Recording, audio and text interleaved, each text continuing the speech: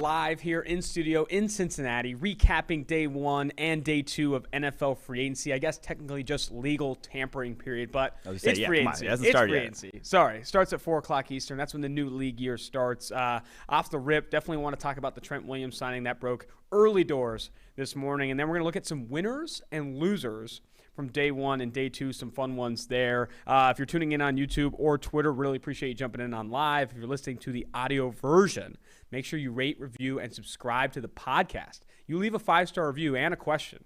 We will answer it on an upcoming mailbag episode and go from Upcoming there. maybe in a month or so. In a month or so. We have like over 120 questions. I recently numbered them in our doc. Over 120 questions backlogged, and that only gets us through like March 11th. We are going to have a lot of questions. We might be going 5-6 days a week. Producer Mike Quinn, we might all get a house together. You don't know. We could be TikTok stars. You know how, like, did you see some of the TikTok stars that get, like, their own houses? We got a podcast house. Yeah. That'd be sick, actually. Let's think about it. Sofaro also on. Producer Sofaro. Producer Mike Quinn back in studio after a little bit of a COVID scare. He's back, thriving. Obviously, smelling salt, cracked, coffee ready to go. Let's talk a little Trent Williams. He resets the offensive tackle market. What is your initial reaction to this for San Francisco? My bad, I'm a little on tilt here. I just saw the Skip Bayless Instagram post right before we went on air. Right. That's still stuck in my head. If you haven't seen it, I would recommend not going and just looking Google. at it. I guess But, Instagram no, search I would Skip not Bayless. go. No, okay. But Trent Williams setting the market at the tackle position at soon to be 33 years old. And from this 49ers perspective, I don't hate the deal. Like, I don't disagree with the process to do so because, one, he is the best left tackle, was the best left tackle in the NFL last season. And two, I think Andrew Whitworth made him a lot of money. Andrew Whitworth playing at 39 years old at about as high a level as we've seen from his career. Like, teams are more willing to buy into when there is this super elite left tackle who doesn't just need elite athleticism to get by. He's not quite the same explosive athlete he was early on in his career.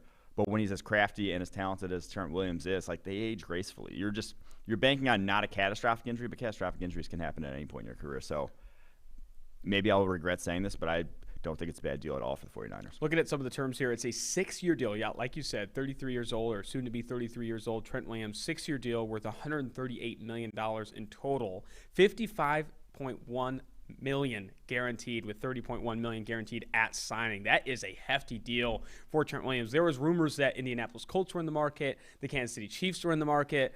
I don't think either of those teams are ponying up this money. I also think there's definitely a reason for Trent Williams to want to stay in San Francisco. He was on the Chris Collinsworth podcast featuring Richard Sherman, and talking to Sherman and Chris, he said, I think George Chahuri was also on that podcast. He said, hey, the Shanahan offense puts my best traits, my best film on tape. You see it on display in that offense. So going back there, looking to play some of his best football of his career, coming off one of the highest graded seasons we've seen from an offensive tackle. Really big move for San Francisco. Also, huge winner. I know we're going to do our official winners and losers soon, but huge winner is Trent Williams. That is a hefty deal for an offensive tackle at 33 years old.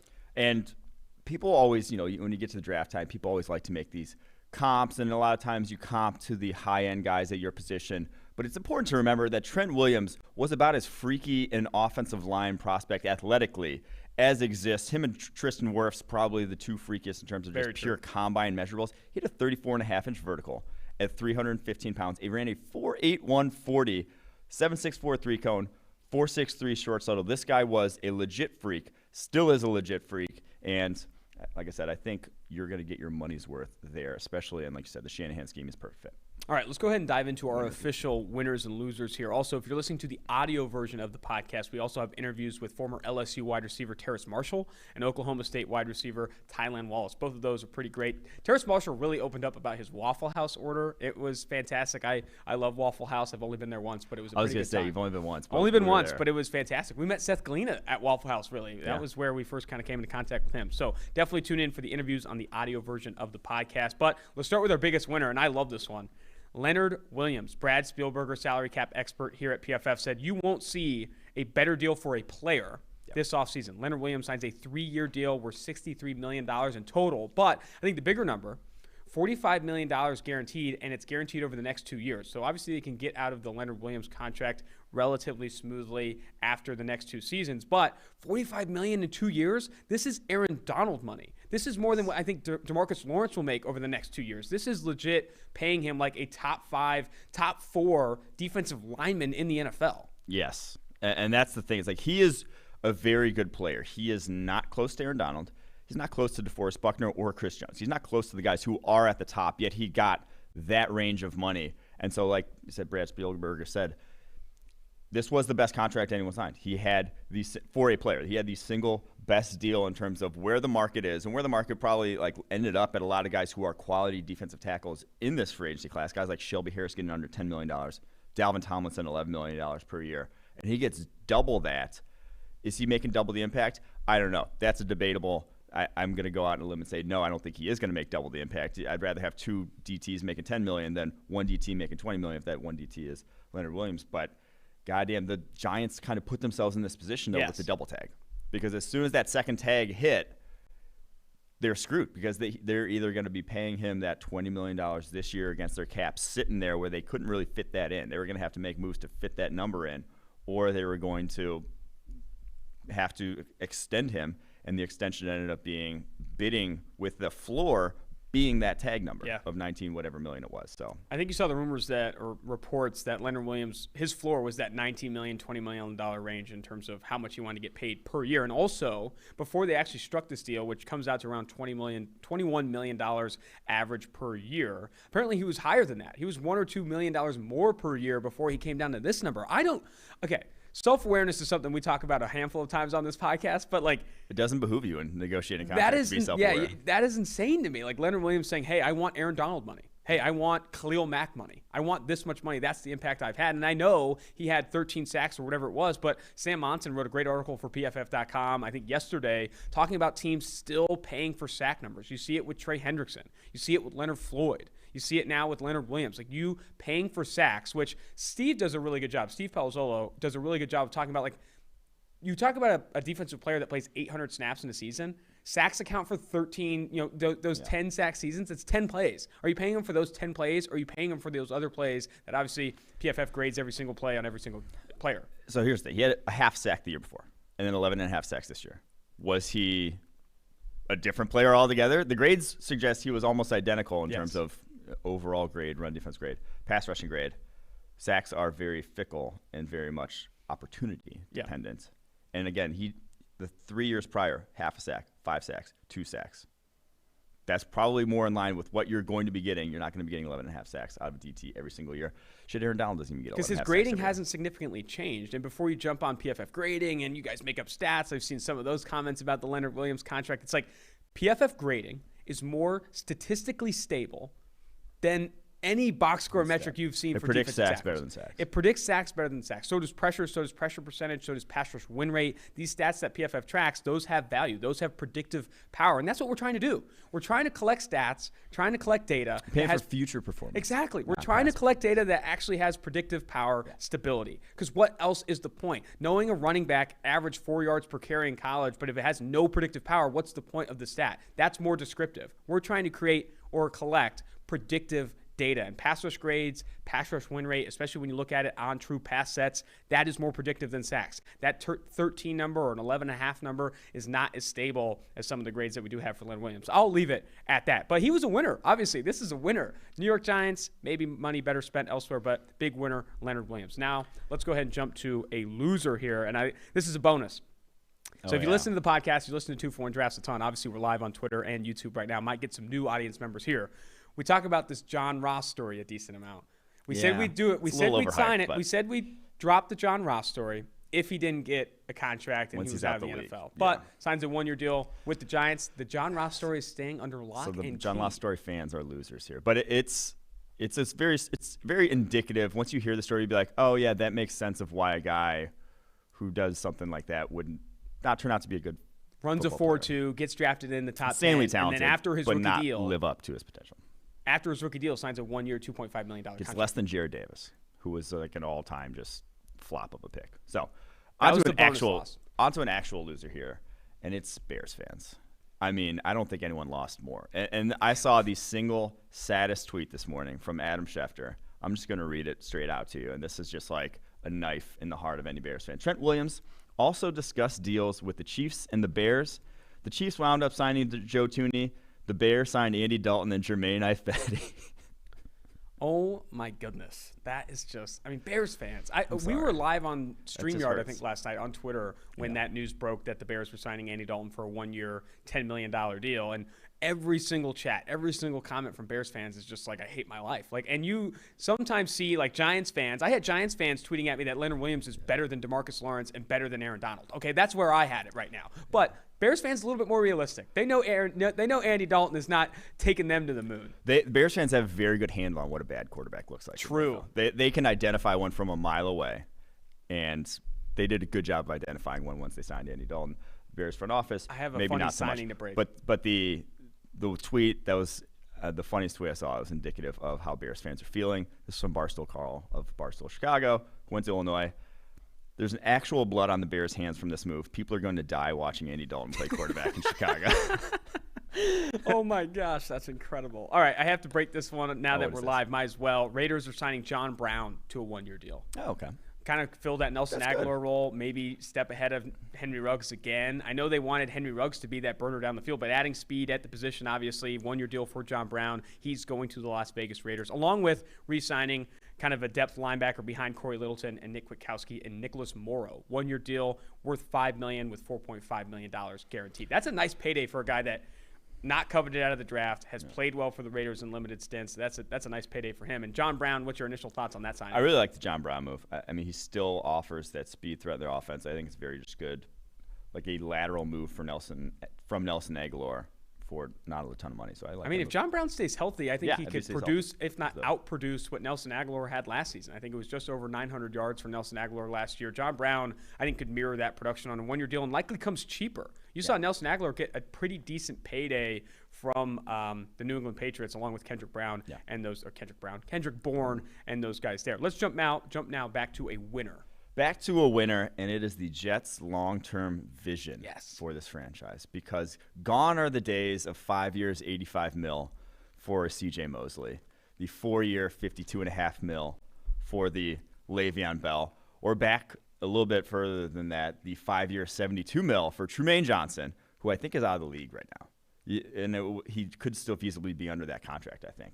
He could still be getting money from the Jets. Yeah. That's the sad part. What was wild about that offseason, before you jump on why they're winners, is you saw C.J. Mosley and Quan Alexander sign those monster deals at off-ball linebacker that offseason. And, like, at the time, considering positional value, considering resetting the market for those guys, those did not look like great deals. And now you see Matt Milano sign a big deal for the Buffalo Bills recently, re-signing with Buffalo. He's not even breaking the top 10 in average per year because guys like Quan Alexander and C.J. Mosley still have that on him. So those deals, man, for the New York Jets, bad. These new deals, though, are big winners for them. Big winners for them. One, shorter term. Joe Douglas has yet to sign a deal in free agency longer than 3 years.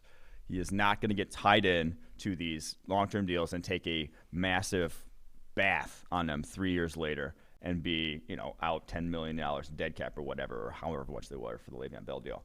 These are shorter term deals, more team friendly, and in my opinion, they signed 2 massive upgrades at 2 valuable positions. That's what free agency can help you at. Carl Lawson's the one to me, 3 years, $45 million. He has, since he entered the league, the 6th best pass rushing win rate of any edge defender in the NFL.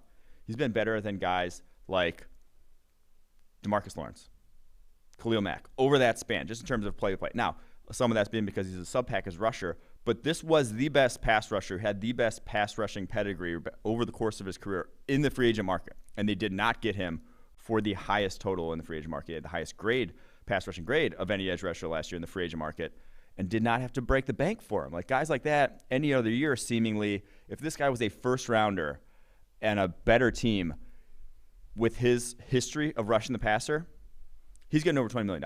That's a straight-up fact. But he was a 4th rounder, comes with maybe some injury concerns, or I guess he did in the draft, hasn't really had them once come to fruition in the NFL.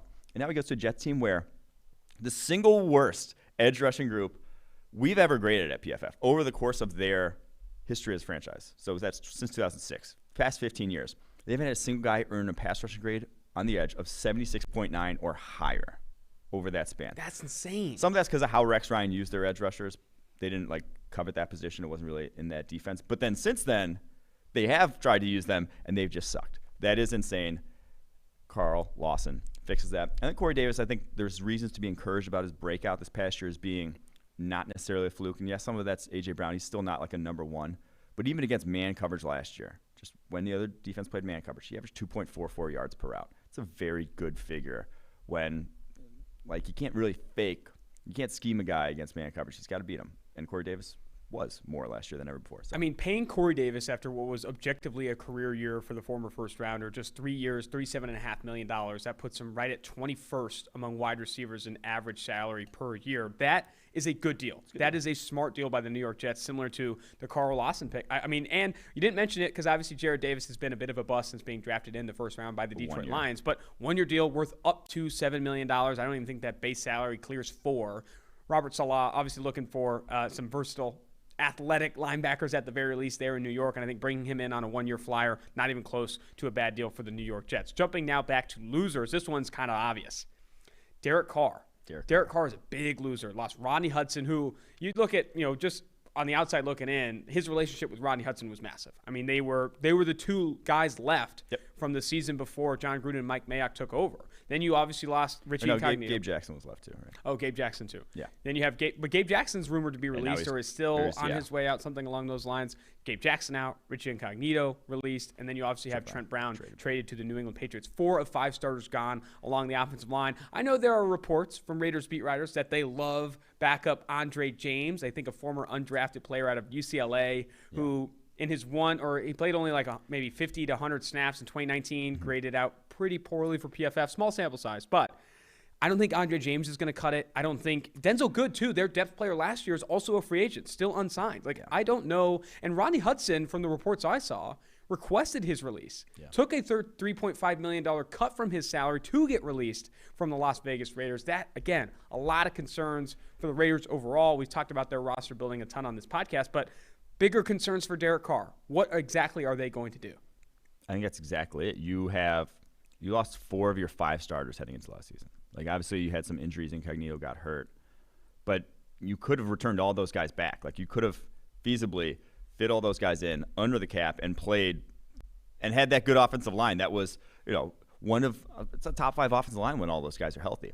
Now all those guys are gone. You got Colton Miller. He's a fine pass-blocking left tackle, but you need 4 spots now. And I don't care how much you love Andre James. There's not a great history of guys who were undrafted free agents who then, as a rookie when he played, had a 1.9 pass blocking grade on 62 snaps. Admittedly, small sample size. But I don't care how much you love him. He's not going to be Rodney Hudson. Rodney Hudson, the single best pass protecting center in the NFL over the past decade. He's not going to be that guy. You're not going to step in and be Rodney Hudson from day one. That's damn near impossible to expect that. So the other 2 guys who got meaningful snaps last year who now look like they're going to get playing time. Brandon Parker at tackle, 55.3 pass blocking grade last year. John Simpson at guard, the Clemson rookie, 40.1 pass blocking grade last year. Yeah, they'll probably get better. Yeah, you can bank on some development from young players like that. They're not going to be Trent Brown, Richie Incognito, or Gabe Jackson. They're not going to be at that quality level. You're putting Derek Carr behind the 8 ball right now. And that was kind of, I thought that was their plan, was to roll with O-line, their strength going forward, to kind of just replenish that being it. I don't know what the plan is now. Do you think that locks them in the offensive line at 17? I know I've seen maybe. You should never lock yourself into a position at 17. Of course. But I mean, this is the Raiders we're talking about. They locked themselves into Cleveland Furl at number 4 overall. Yeah. So I think they're off the board at edge now. You have obviously Furl, Crosby, and then you sign Yannick Ngakoue. That was one people thought they could be still in at linebacker, but the offensive line need so great, and the tackle class pretty good. I think like Christian Darrisaw would make a ton of sense now at this point. I think the move they shouldn't make that they could make is Elijah Vera Tucker of USC, prioritizing the interior offensive line. I don't love the value of that pick. I don't love the positional value of getting an interior offensive lineman with that 17th overall pick. Maybe they trade back and try to add multiple pieces in what is a very good offensive line class, both at tackle and on the interior. I think that would be where I'm leaning if I'm a Las Vegas Raiders fan, kind of rooting for something, trading back from 17, maybe adding 2 tackles and an interior offensive lineman in this draft, getting younger at the position, trying to develop some of those guys. And I don't think they should rule out bringing back veterans, maybe bringing back a Denzel Good, maybe looking at some of the other guys available, maybe Mitchell Schwartz, who I think right now is a top 10 free agent available on PFF.com. If he plays. If he obviously doesn't choose to retire. Raiders, very interesting spot where they're at right now. I mentioned PFF.com. Go to PFF.com, check out all the stuff that we have there on free agency and updated trackers, deal grader, and use free agency 30, promo code free agency 30 to save 30% off any PFF subscription only this week. Free agency 30, promo code free agency 30. All right, back to winners here. Cam Newton. I think, we've hated a little bit on the Patriots moves. Our Monday/Tuesday recording of the podcast, we talked a lot about the Patriots now have spent the second most guaranteed money of any team in an offseason in NFL history and haven't gotten significantly better outside of maybe adding at the tight end position. Yeah, people kind of hated on that. But it's like, go look up and down the roster. What position groups would you say are high-quality position groups? Offensive line. Tight end. Maybe the secondary, but the secondary is one where you have the big question marks in terms of guys who are old now at this point. The McCourty brothers.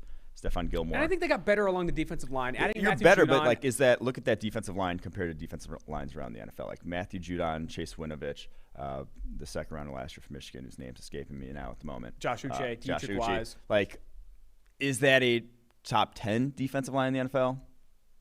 I don't think so. Like, there are much better defensive lines up and down. There's no one stud impact pass rusher there. You have a lot of solid. I think the best way to sum it up overall, before we talk about how Cam Newton is a winner, adding Hunter Henry and Jonnu Smith, is that they got better. And if you look at PFF's improvement index on PFF.com that Kevin Cole writes, they are the most improved team in the NFL right now. But here's the thing. They're the most improved team, and they overpaid to get there. And maybe they had to because they had the cap situation, and it's hard to get maybe people to come to New England with just Cam Newton under center. But I do think that they overpaid to get better to a point where it's going to be very difficult for them to pay over $135 million guaranteed and live up to those expectations that come with that salary cap figure, like 10, 11 wins. Yeah. But talk to me about the winner. Talk to me about Cam Newton. Cam Newton, obviously a winner. He's throwing to Demir Bird as his number 2 option last year. And you get Hunter Henry, Jonnu Smith, Kendrick Bourne, Nelson Aguilar. And obviously Bourne was a third stringer in San Francisco. Aguilar, a career kind of up and down between Philly and then now Las Vegas. That these aren't number 1 receivers. They might even be number 2 wide receivers, but they're still upgrades. And obviously the tight end position, it's kind of building this team around what Cam Newton does best and what they tried to do with Cam Newton last year in that running game and why they drafted Asiasi and Dalton Keene in the 3rd round last year. And we're willing to admit those were mistakes of picks and now upgrade at that position. So I think you're going to see the return of the Aaron Hernandez, Rob Gronkowski packages. Now, quality-wise, these guys are not Aaron Hernandez, Rob Gronkowski on the football field in their prime. They are capable tight ends, though. They are not the needle movers we usually say to invest in a tight end position, the guys that can win handily one-on-one routinely, the Darren Wallers, Travis Kelce's, George Kittle's. There's 3 of them. There's really not a lot more in the NFL that exists at the tight end position, sadly. But these are, for what they're going to run, it's going to help Cam Newton out a lot. Yeah, last comment on the Patriots situation. In the peak of the Rob Gronkowski, Aaron Hernandez era, they ran 12 personnel 59% of the time, most in the NFL. No team since 2011 has cleared more than 50% in a season. I think they inch close to that number, running some 12, running some 13 personnel, getting these tight ends on the football field. I mean, you're paying them to be on the field. Like if you don't have Hunter Henry and Jonnu Smith on the field at the same time for at least a majority of your snaps, clearing that 50% number, paying them this much money is going to be very difficult to understand. But I think you mentioned this too, but getting tight ends that can win over the middle of the field, like Henry, like Jonnu Smith, is going to help Cam Newton. That's where he's had more success than pushing the ball deep on the outside. All right, now jumping back to the loser side. Titans pass defense taking a little bit of a loss, releasing Malcolm Butler, releasing Adoree Jackson. That secondary wasn't good last year. And I think I saw Bill Barnwell of ESPN tweet this, and it's very true. It wasn't good last year, but it was expensive. And now they're trying to get better, maybe get younger. Obviously going to lean on Christian Fulton, the former, second-round pick out of LSU in 2020. This is going to be very difficult to overcome, though. And I know they added Bud Dupree. I know they added Danico Autry. Harold Landry is supposed to develop that former Boston College defensive end that we really liked coming out. But in the secondary, outside of Kevin Byard, this is a bleak group. Yeah, so it wasn't good last year because 1, Adoree Jackson was hurt, and then 2, his replacements were it was not Malcolm Butler's fault, and it had the potential to be good and bounce back this year because of those 2 guys, because those guys have a track record of playing well. Adoree Jackson is a straight up hit at the cornerback position for a first rounder. His coverage grades, his first 3 years, 75.2. 69.0, 82.5, and then he got hurt last year, obviously the patella injury, missed a good portion of the season. But to cut a guy like that, and obviously a 5th-year option, not particularly cheap.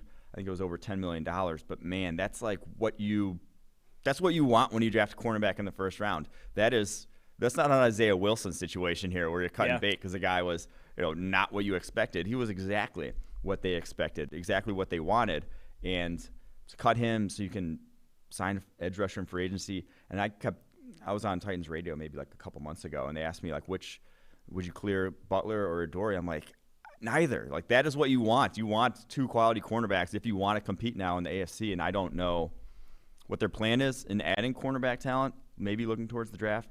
But, damn, you're going to go up against the Bills. You're going to go up against the Chiefs come playoff time if you want to win a Super Bowl, and you're going to have to stop those two groups of wide receivers, and you're going to be doing it with Christian Fulton now. Obviously, we like Christian Fulton coming out.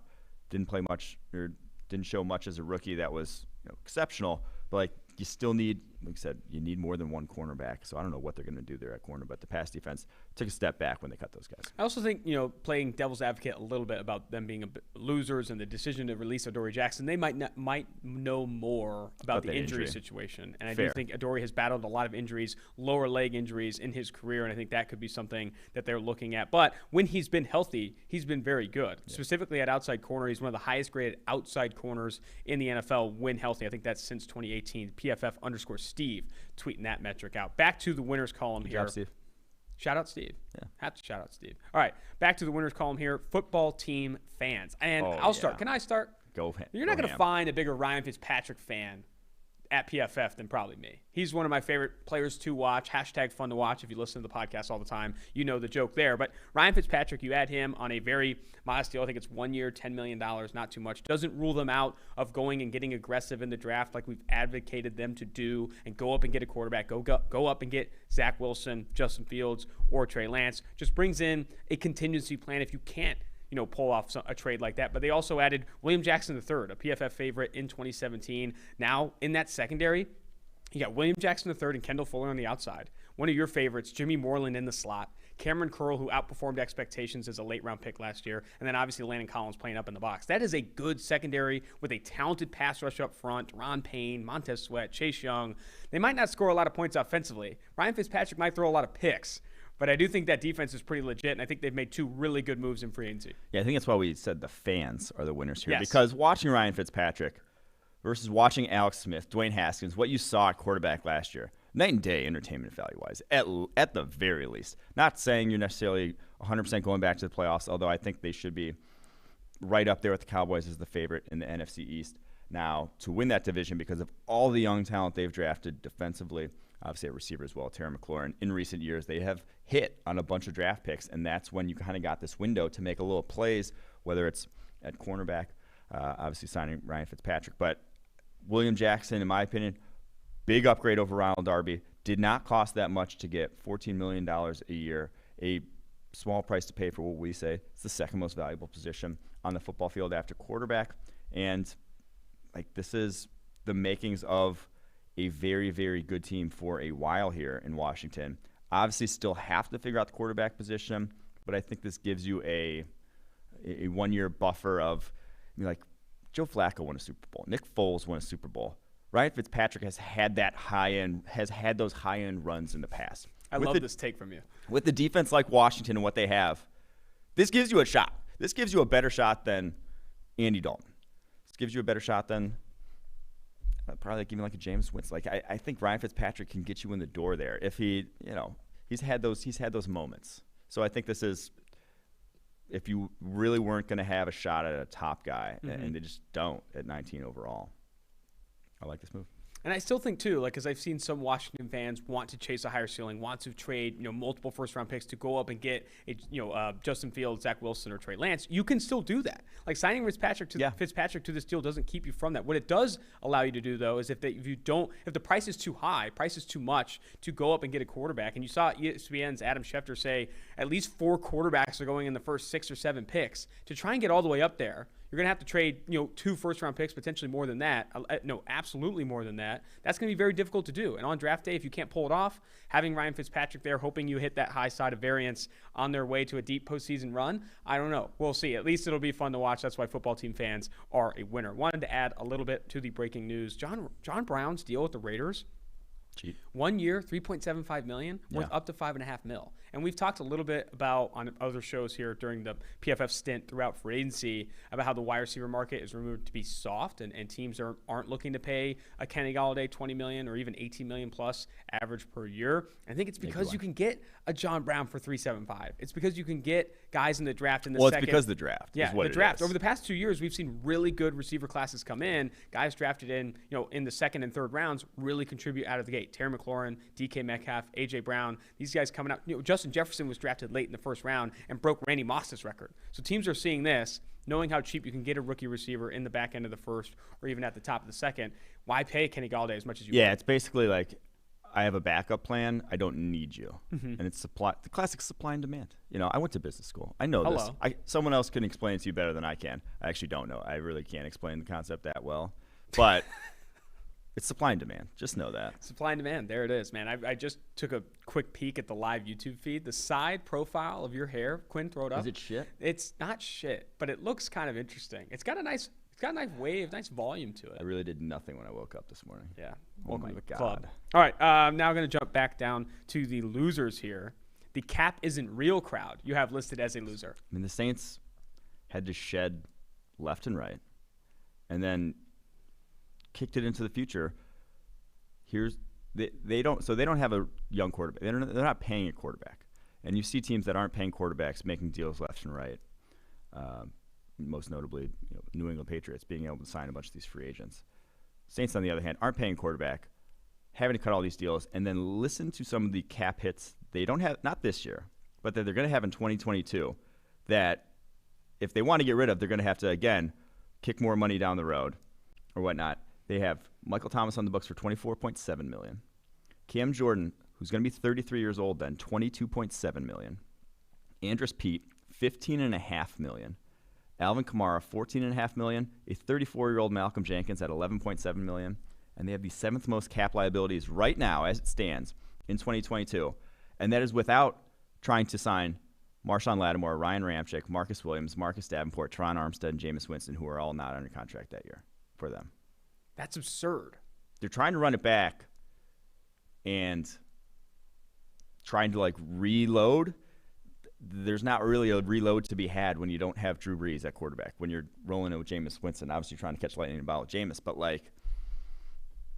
it's coming to pay. The cap is real, and they're not able to add much talent to this roster, and they're going to have a whale of a time to retain that talent.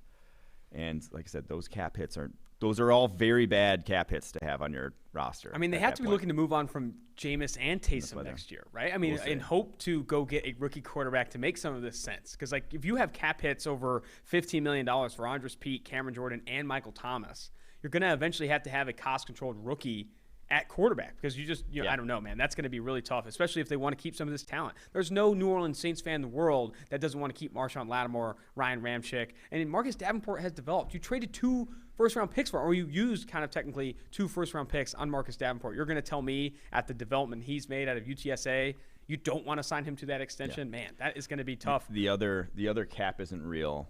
One to bring up is obviously the Atlanta Falcons as well in the NFC South. They had to make some cap magic with Matt Ryan. Now, his cap hit in 2022 is $48 million. $48 fucking million for a 37-year-old Matt Ryan in 2022. $43 million in 2023. And again, if they want to get out of that, they're going to have a dead cap, more than Carson Wentz is costing the Eagles right now to get out of that next year. So you better hope that guy doesn't get hurt. That's the risk you run when the cap isn't real. Dude, I think Skip Bayless might be listening to the live show. He tweeted out, Pro Football Focus says Belichick overspent on overrated free agents. Did he hear the Instagram photo comment that you dropped? That's incredible. Oh, man, that is awesome. Love to see that. The picture isn't the thing that's got me on tilt. It's the caption about his wife undressing him as soon as he comes in the house that's got me just What, you don't have that? No. All right, just kidding. All right, moving now to I think we're back on winners. Back on winners. The cap isn't real crowd was the last losers. We're back on winners here, and it's the Cowboys/Ravens. Cowboys/Ravens. They did not, in my opinion, get worse over the course of free agency, and they are going to collect. They were number 1 and number 2 since the inception of compensatory picks, and they're going to collect. As it stands right now, Ravens are set to get a 4th rounder for Matthew Judon, a 4th rounder for Yannick Ngakoue, 7th rounder for Chris Moore, as projected by OverTheCap.com. Cowboys, a 4th rounder for Andy Dalton, wild. 5th rounder for Chidobe Awuzie, 6th rounder for Cam Irving, also wild, and a 7th rounder for Joe Thomas. Collecting up draft capital to get young, cheap talent and not getting much worse in the process. That's long-term success. That's how you continue to be good as a franchise. And playing that compensatory pick game, we've seen a smart decision to make. It helps in the long run. Like that added draft capital, that can help you move up for a trade. You get an extra 4th-round pick. That can move you up 40, 30 spots or 20 spots in the second round, 20, or 15 spots or so in the second round, 20 or in the third. That helps a lot when making deals like that, especially now that you can trade those picks. So that is a strategy that I can get on board with in free agency rather than caking your pants and regretting it 2 years later. I mean, we've seen a lot of people praise the New England Patriots for what they've done. I think Louis Riddick of ESPN said it. They were putting on a clinic, spending as much, over $130 million in guaranteed money. That's the clinic the Jets put on it over the past decade.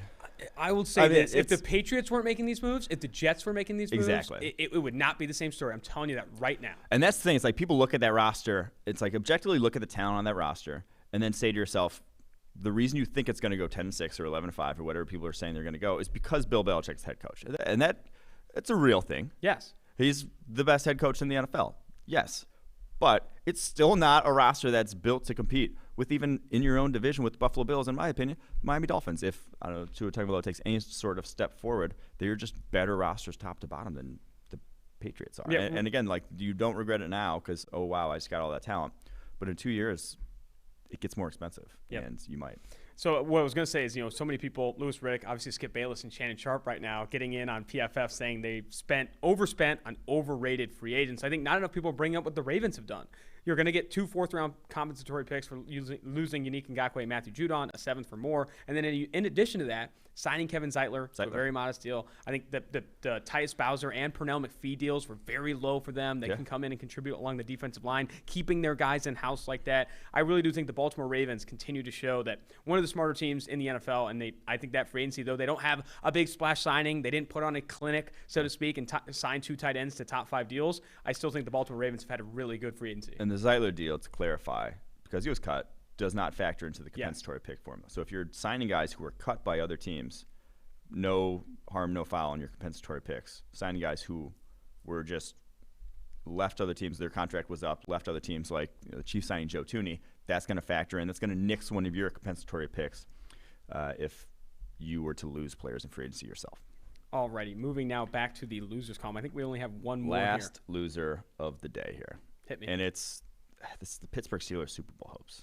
And they kind of knew this going in, but you just see all the chips away at this roster that was kind of already an aging roster. But Bud Dupree, Mike Hilton, Tyson Alualu, Matt Filer, Juju Smith-Schuster, Vince Williams, Pouncey retires, might lose Alejandro Villanueva, and not going to be able to replenish it. And then you don't have a lot of guys under contract past this season in terms of, like, it is kind of right now. This is what they were playing for this year, but they still could not make it work enough with obviously Big Ben's egregiously large cap hit and cap situation there in Pittsburgh, to where we saw how last season ended.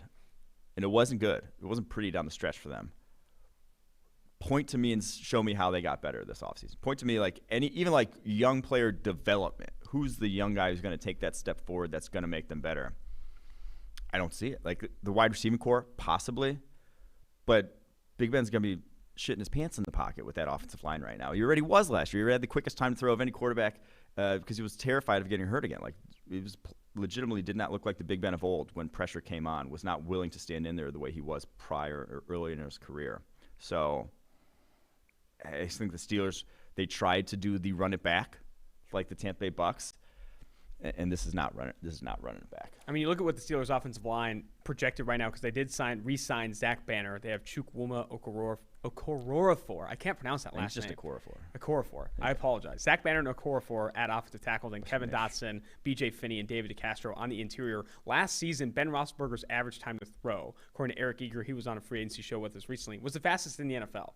It can't get any faster. You can't get any more efficient with what Big Ben was doing. Low average depth of target, relying on guys to make plays after the catch. Like, if they want a downfield passing attack, they're going to lose Juju Smith-Schuster. Obviously, you have to hope that Deontay Johnson. That one's whatever. Yeah, that one's the whatever. Receiving core is where you're banking on. That's going to change my team. around. It's a good young receiving core. I could debate that. But then there's a lot of other places on the roster where they're not going to get better. They can only really get worse at this point with injuries / guys getting old. Yeah, I mean, the Matt Filer, Mike Hilton losses might be bigger losses for this Pittsburgh Steelers team than actually what you just missed here if he does sign elsewhere, which I think that's where he's leaning. Man, Steelers Super Bowl hopes with Big Ben, and we didn't bring up the fact that Big Ben just didn't play well last year. Despite the 11-0 start, he did not play well last year, ranked outside the top 20. One, I don't know if people saw that one. There were some Steelers fans that didn't see that one. I remember when Sam said on the NFL podcast that he was the weak link. He was the one holding them back and got absolutely roasted for it. It's like, what are you talking about? They're 11-0.